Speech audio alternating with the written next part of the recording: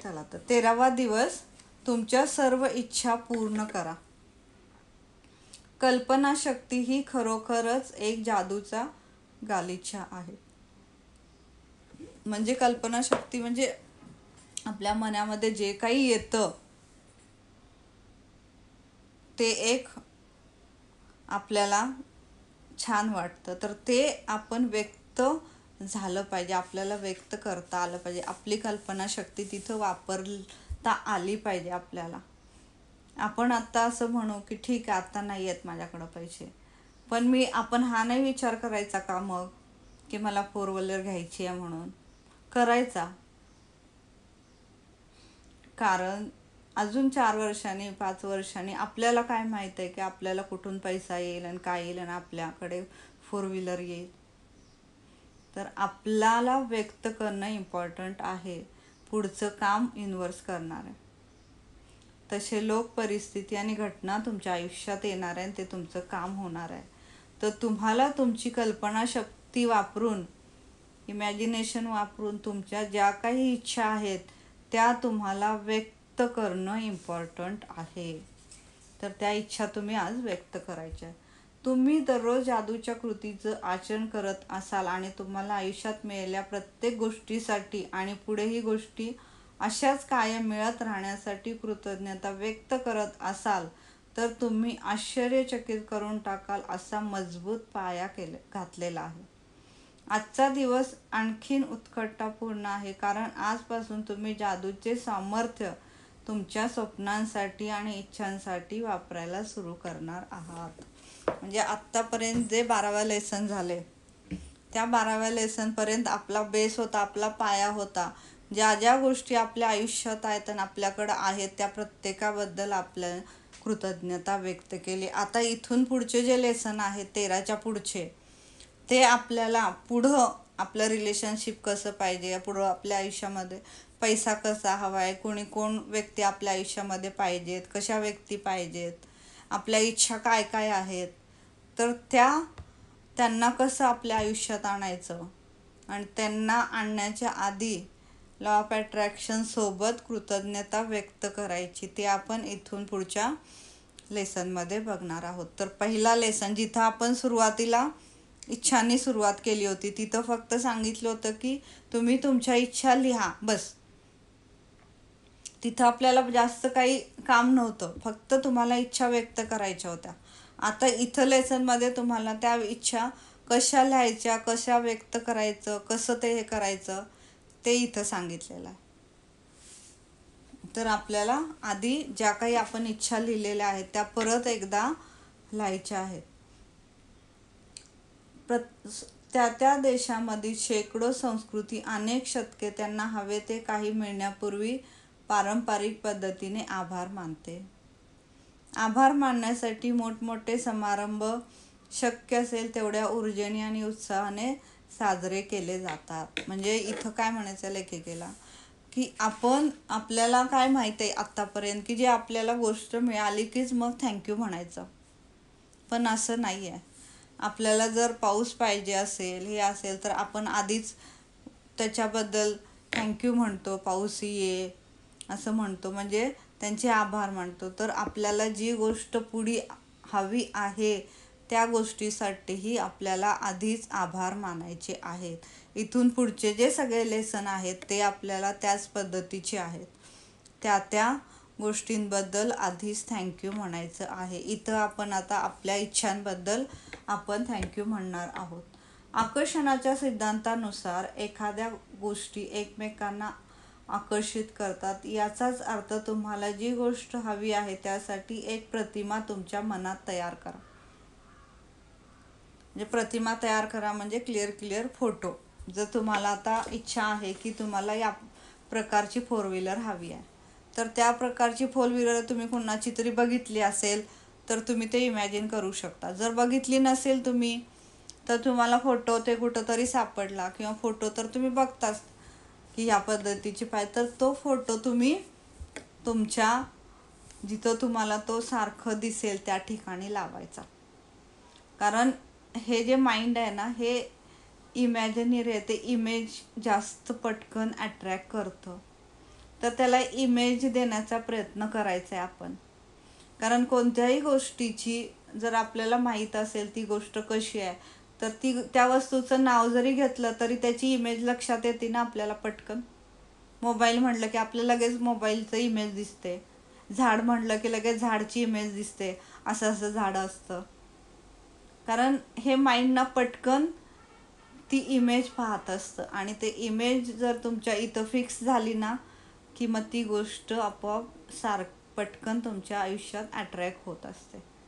तर तुम्हाला जी गोष्ट हवी आहे त्या गोष्टीचं चित्र आणि इमॅजिनेशन करणं फार इम्पॉर्टंट आहे. नंतर तुम्हाला जी इच्छित गोष्ट हवी आहे तिला आकर्षित करून घेण्यासाठी ती गोष्ट तुम्हाला आधीच मिळाली आहे असं तुम्ही मानायला हवं. असं मानल्यामुळे तुम्हाला आता त्या गोष्टीबद्दल जी भावना वाटते ती भावना आणि तुम्हाला तुमची हवी असलेली ती गोष्ट प्रत्यक्षात मिळाल्यानंतरची जी भावना आहे त्या सारख्याच असणार आहेत. हे खूप इम्पॉर्टंट आहे. बघा त्यांनी काय म्हटलंय की आधीची जी भावना आहे की ठीक आहे आता तुमच्याकडं नाही आहे, पण तुम्हाला इमॅजिनेशन हेच करायचं आहे की ते तुमच्याजवळ आलेलं आहे, आणि ते तुमच्याजवळ आलेलं आहे नसताना देखील हे जी भावना आहे तीच ॲक्च्युली तुमच्याकडं आल्यानंतर जी भावना असेल ती व्यक्त करण्याचा प्रयत्न करायचा आहे.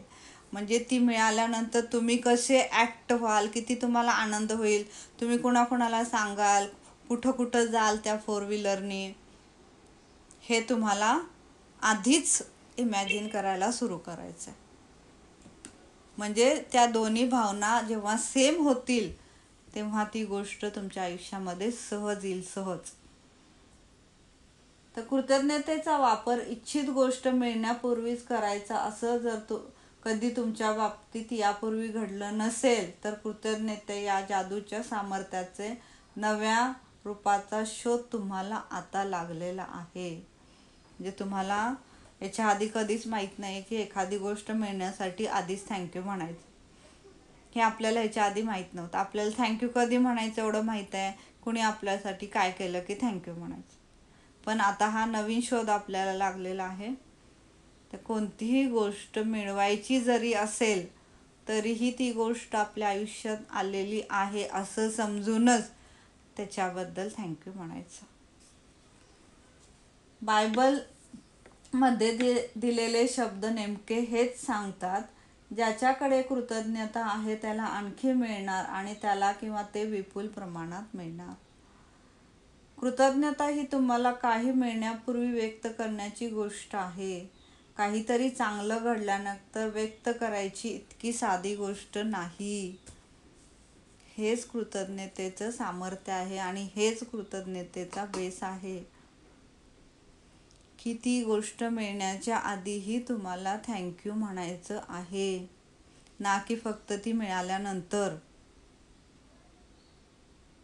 म्हणजे मिळाल्यानंतर थँक्यू म्हणणं हे इतकी साधी कृतज्ञता नाही आहे. तर तुम्हाला आधीच थँक्यू म्हणता आलं पाहिजे.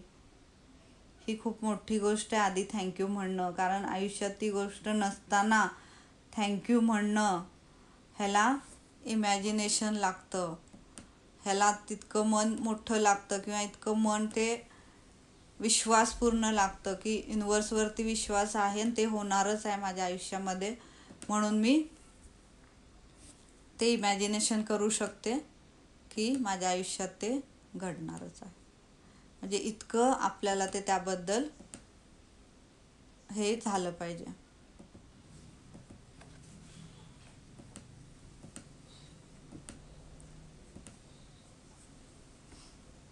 कृतज्ञता इतकी साधी गोष्ट नाही आहे ती. बहुतेक लोक त्यांना काही चांगली गोष्ट मिळाली कीच मगच कृतज्ञता व्यक्त करतात. पण तुमच्या सगळ्या इच्छा पूर्ण व्हाव्यात आणि प्रत्येक क्षेत्रात तुम्ही समृद्ध व्हावं असं जर तुम्हाला वाटत असेल तर तुम्ही आधीच थँक्यू म्हणणं इम्पॉर्टंट आहे.